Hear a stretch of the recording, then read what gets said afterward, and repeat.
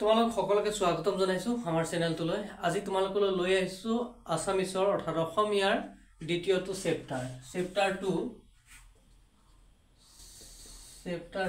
Chapter 2 তোমালোকৰ আছে জিকিৰ। আমি বৰ্তমান দি আছো শৰ্ট কুৱেশ্যন এনসাৰ আৰু তোমালোকৰ এমসিকিউ আহিলেও সেইখিনিতে তোমালোকে কৰিবলৈ পাৰিবা। আমি শৰ্ট কুৱেশ্যন এনসাৰ জানিলে এমসিকিউ আমাৰ বাবে ইজি হৈ যাব। তে আজি আমি এমসিকিউ বা শৰ্ট প্ৰশ্নখিনি আমি আৰম্ভ কৰোঁ।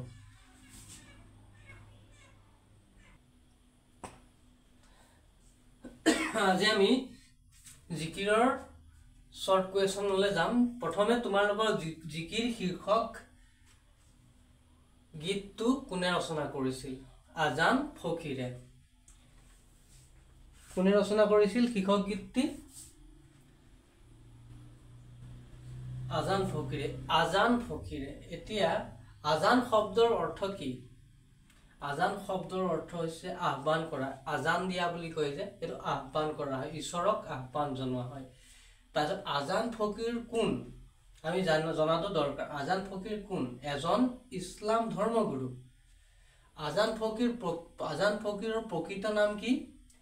হযৰত শাহ মিলান। নেক্সট কুৱেশ্যন, আজান ফকীৰ ক'ৰ পৰা অসমলৈ আহিছিল? ইৰাণৰ পৰা তেওঁ অসমলৈ আহিছিল। নোট কৰা। শৰ্ট কুৱেশ্যন জানিলে তোমালোকে এমসিকিউ সুন্দৰভাৱে পাৰি যাবা, কাৰণ উত্তৰটোহে জনা দৰকাৰ, কাৰণ অপচন বিভিন্ন ধৰণৰ দিব পাৰে।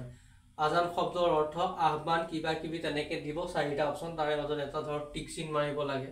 তেনেকে ধৰণৰ আমি শুদ্ধ উত্তৰটো যদি জানি থওঁ, যেনেকুৱা এমসিকিউ নহওক আমি সুন্দৰকে আমি শুদ্ধ উত্তৰটো দিব পাৰিম।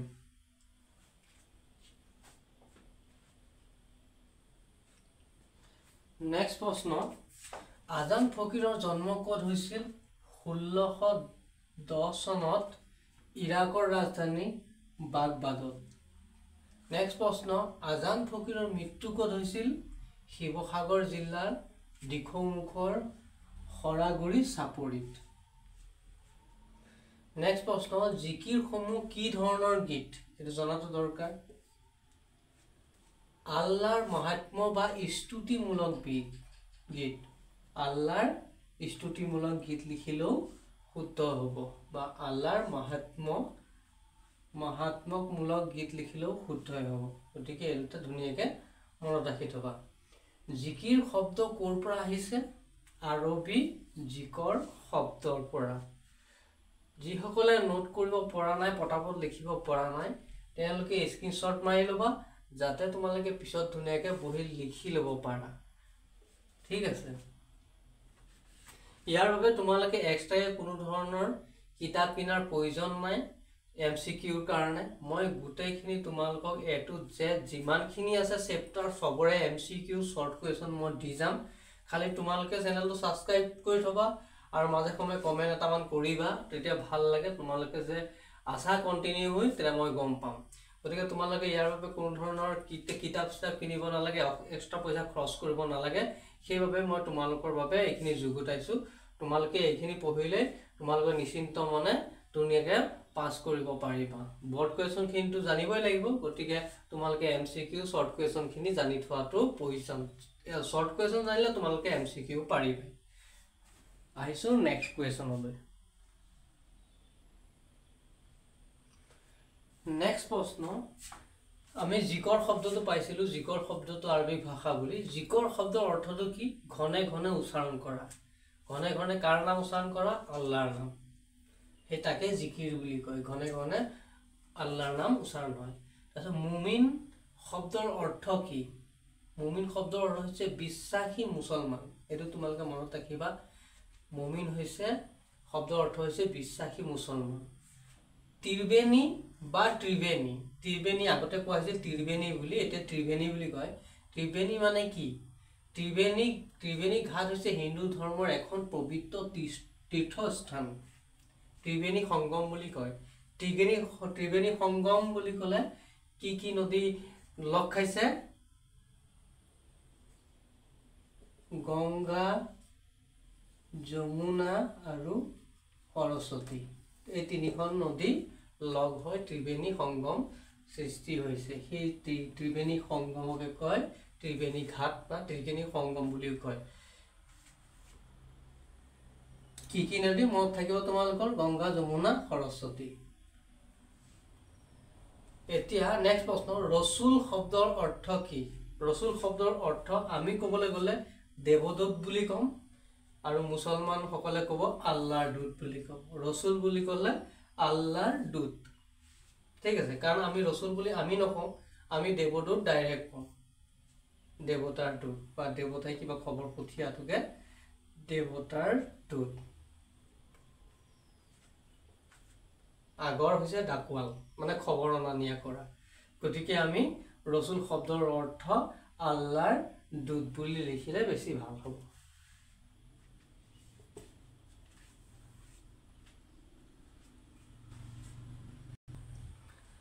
নেক্সট প্ৰশ্ন হজাৰ মইনাটি শব্দাংশৰ অৰ্থ কি মানে কি বুজাব বিচাৰিছে হজাৰ মইনাটি বুলি কৈ হজাৰ মইনাটিৰ অৰ্থ হ'ল অস্থায়ী মানৱ শৰীৰৰ মাজত থকা আত্মা মানে আমাৰ শৰীৰত যিটো আত্মা আছে সেইটো এনেকৈ সজাৰ মাজত থকা এটা চৰাইৰ লগত তুলনা কৰিছে চৰাইটো উৰি গ'লে সজাটোৰ কাম নাই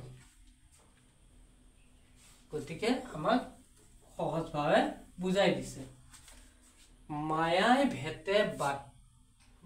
ভেটে বাট মানে কি বুজাব বিচাৰিছে সাংসাৰিক মায়া মোহৰ বান্ধোনক কি বুলি বুজাইছে মায়াই ভেটে বাট এইবোৰ হৈছে সাংসাৰিক মায়া মোহ কাৰণ মৃত্যুৰ পিছত সকলো শেষ তাৰপিছত নেক্সট কুৱেশ্যন তোমালোকে জনা দৰকাৰ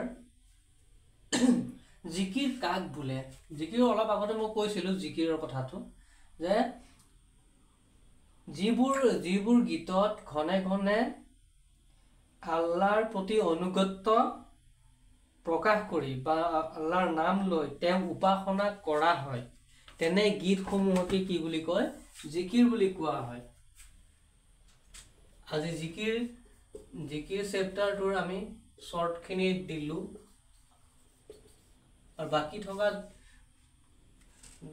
আজান ফকিৰৰ বিষয়ে আৰু যিখিনি তোমালোকে জানা তাত কিতাপত আছে সেইখিনি অকল নিজেও নোট কৰি ল'বা আৰু কিছুমান শব্দ যদি বুজি পোৱা নাই তোমালোকে বিচাৰি পোৱা নাই মোক কমেণ্ট কৰিবা আৰু ভিডিঅ'টো কেনে পালা তোমালোকে কমেণ্ট কৰিবা যে এনেধৰণৰ শ্বৰ্টসমূহ তোমালোকক লাগে নে নালাগে সেই বিষয়ে অলপ ক'লে মই ভাল পাম কাৰণ তোমালোকে মই দি আছোঁ ইতিমধ্যে কমেণ্ট অহা নাই কমেণ্ট কৰিলে ভাল লাগিব কমেণ্ট কৰিবা যাতে মই তোমালোকক যথাসম্ভৱ হেল্প কৰিব পাৰোঁ সহায় কৰিব পাৰোঁ কাৰণ তোমালোকৰ কাৰণে এইখিনি প্ৰচেষ্টা হাতত লৈছোঁ গতিকে তোমালোকে যদি অকণমান কমেণ্ট নকৰা মই একো গম নাপাম গতিকে মই দিব লাগে দি আছোঁ তোমালোকে জনাবা ভাল পাইছা বেয়া পাইছা আখৰ চিনি পাইছা নাই পোৱা সেইবোৰো ক'বা তেতিয়া ধৰ মোৰ অলপ সুবিধা হ'ব যাতে আগন্তুক ভিডিঅ'সমূহ দিবলৈ যদি আখৰ বুজি পোৱা নাই আগলৈ আৰু চেষ্টা কৰিম ভালকৈ দিবলৈ তোমালোকে ক'ব লাগিব ক'লেহে মই বুজি পাম অন্যথা মই এনেদৰে দি যাম তোমালোকে এনেদৰে নোট কৰি থাকিবা